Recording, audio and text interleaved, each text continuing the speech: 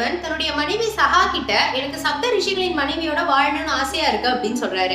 இதனால அவங்களும் அந்த சப்த ரிஷிகளின் மனைவியோட உருவத்தை எடுத்து அக்னி தேவனோட கூடுறாங்க. ஆனா அவங்களால அருந்ததியினுடைய உருவத்தை எடுக்க முடியல. அருந்ததி ரொம்ப தீவிரமான பதிவிரதை அப்படிங்கறதுனாலயும் அவங்க வசிஷ்டர் மேல ரொம்ப ரொம்ப உண்மையா இருந்தாங்க அப்படிங்கறதுனாலயும் அவங்க உருவத்தை இவங்களால எடுக்க முடியல. இந்த விஷயம் சப்த ரிஷிகளுக்கு தெரிய வருது. 6 ரிஷிகளுமே தன்னுடைய மனைவி மேல சந்தேகப்பட்டு மனைவியை துறக்குறாங்க. ஆனா வசிஷ்டர் மட்டும் அருந்ததி எந்த தவறும் செஞ்சிருக்க மாட்டான்னு எனக்கு நம்பிக்கை இருக்கு, அவன் மேல எனக்கு எந்தவித சந்தேகமும் இல்லைன்னு சொல்லி அருந்ததியோட சேர்ந்து வாழறாரு. அருந்ததியும் அதுக்கேற்ற மாதிரி தான் கணவனுக்கு ரொம்பவே உண்மையா இருக்காங்க.